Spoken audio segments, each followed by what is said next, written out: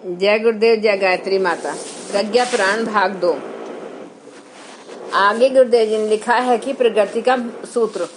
एक बार एक संगीत अध्यापक अपने कुछ छात्रों के साथ लोक प्रसिद्ध पियानो वादक पादरेवस्की से मिलने गए। संदीप अध्यापक ने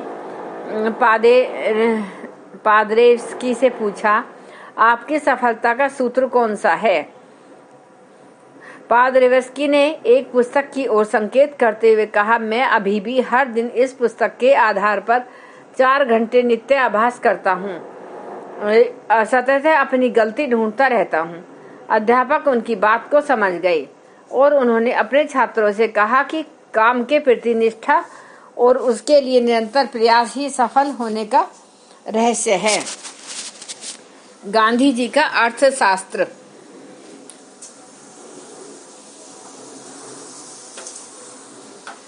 एक बार गांधी जी इलाहाबाद आनंद भवन में ठहरे। सुबह गांधी जी हाथ मुंह धो रहे थे और जवाहर लाल जी पास खड़े बातें कर रहे थे। कुल्ला करने के लिए गांधी जी ने जितना पानी लिया वह समाप्त हो गया,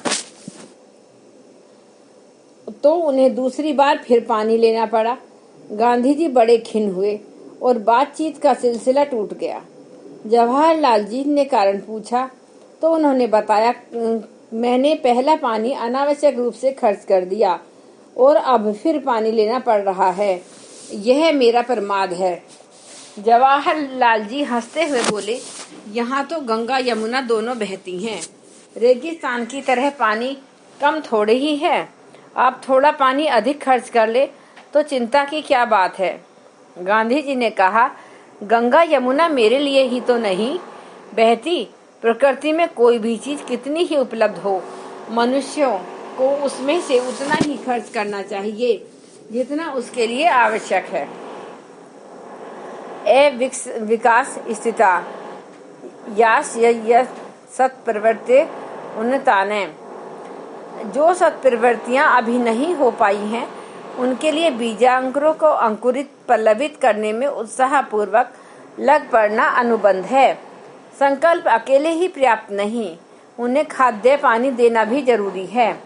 यह तभी संभव है जब मनुष्य सत्प्रवृत्तियों के जीवन में समावेश हेतु तत्परता से जुट पड़ता है।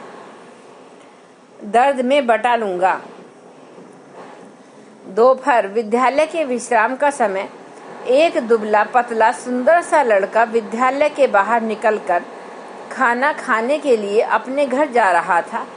रास्ते में उसने देखा 2 लड़के आपस में झगड़ रहे थे। उसमें एक बलवान था और दूसरा कमजोर। बलवान लड़का कमजोर को पीट रहा था। उसके हाथ में एक लकड़ी थी। रास्ता चलने वाले लड़के को जोश आ गया। वह तुरंत बलवान लड़के के पास चला गया। उसके भारी शरीर को देखकर लड़के का साहस उसे टोकने का न हुआ। कुछ क्षण सोचकर उसने बलवान लड़के से पूछा, क्यों भाई, तुम इसको कितनी बेत लगाना चाहते हो? किसी अपरिचित लड़के को बीच में पड़ते देख बलवान लड़के को क्रोध तेज हो गया।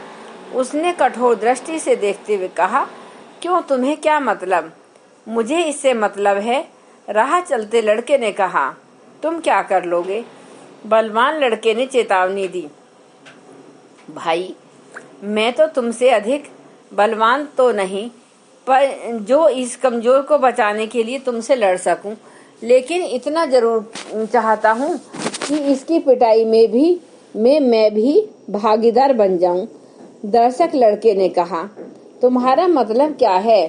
पीटने वाला लड़का इस पहेली का अर्थ न समझ पाया।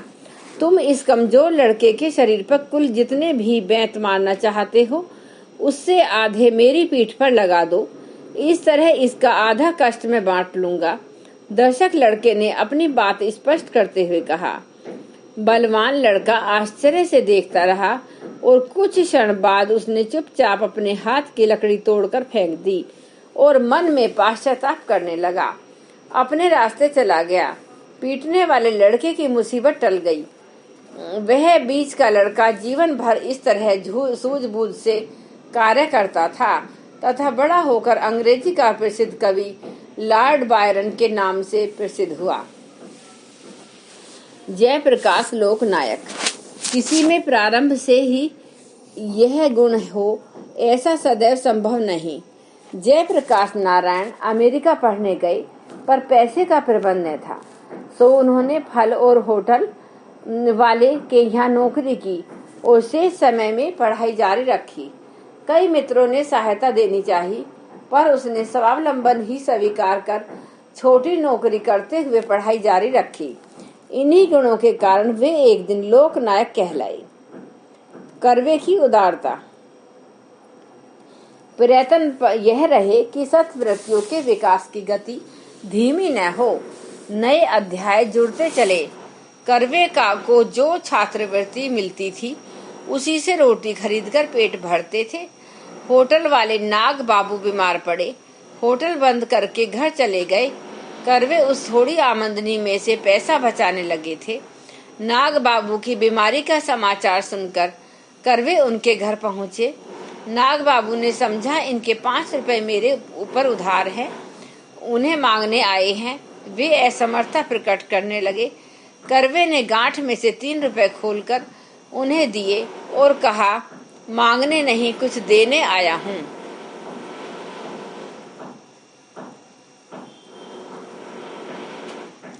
आगे गुरुदेव ने लिखा है कि कर्म स्वभाव के क्षेत्र में मात्र सत्वृत्तियों को ही पनपने बढ़ने देना चाहिए। दुष्वृत्तियों जब भी जिस स्तर की भी उगती दिखे उन्हें सहन न करना, अविलंब उखाड़ फेंकने में तत्परता प्रकट करना। अर्थ यदा यदा पनप उठने वाली बुराइयों की बाढ़ की कटाई छटाई समय पर करते रहना बहुत जरूरी है। यह अनुबंध अनुशासन व्रतशीलता की परिभाषा में ही समाया एक ऐसा तथ्य है जिसे हर व्यक्ति को सतत ध्यान में रखना चाहिए। उदारता ने महान बनाया। जीवन के छोटे छोटे क्षण में भी मनुष्य को महान बनाते हैं। नेपोलियन जब लड़का था खेलने गया तो भागदौड़ में सामने से आती एक लड़की से टकरा गया।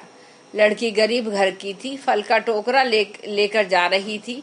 टक्कर से टोकरा गिरा और फल गंदगी कीचड़ में गिर गए।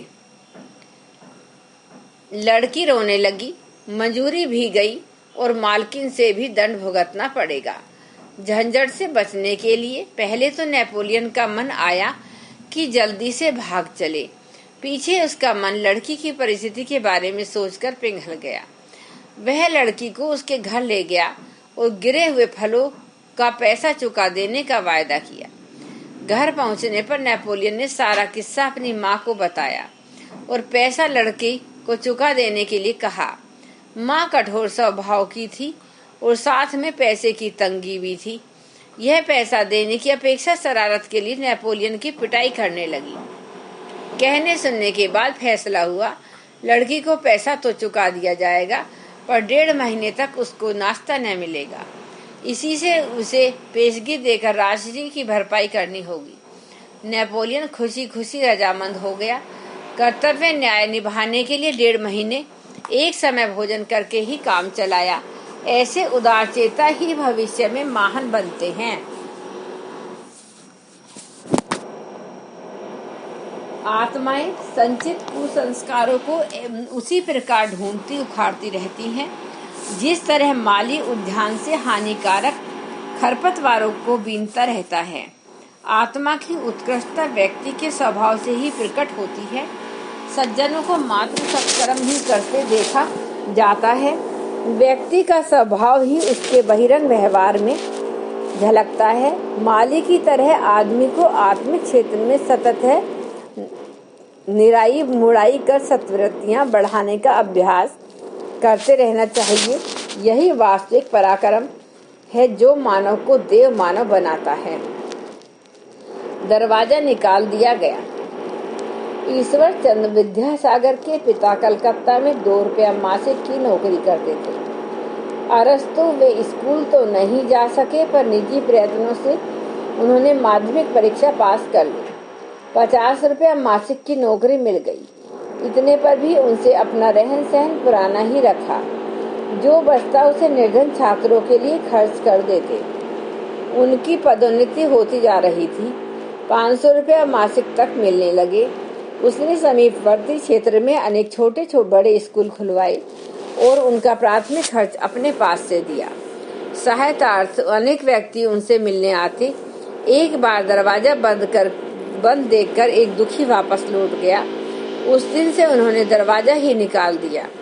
बहुपत्नी, बाल प्रथा, बाल विवाह और विधवा विवाह पर उन्होंने कानून बनवाए। उच्च वर्ण वालों ने इस पर बहुत विरोध किया, पर वे तीनों कानून पास करा के रहे। धन्यवाद। जय गुरुदेव, जय गायत्री माता। एक बार गायत्री मंत्र हमारे साथ साथ। ओम भूर्भुवः स्वः तत्सवितुर्वरेण्यं भर्गो देवस्य धीमहि धियो यो न प्रचोदयात्।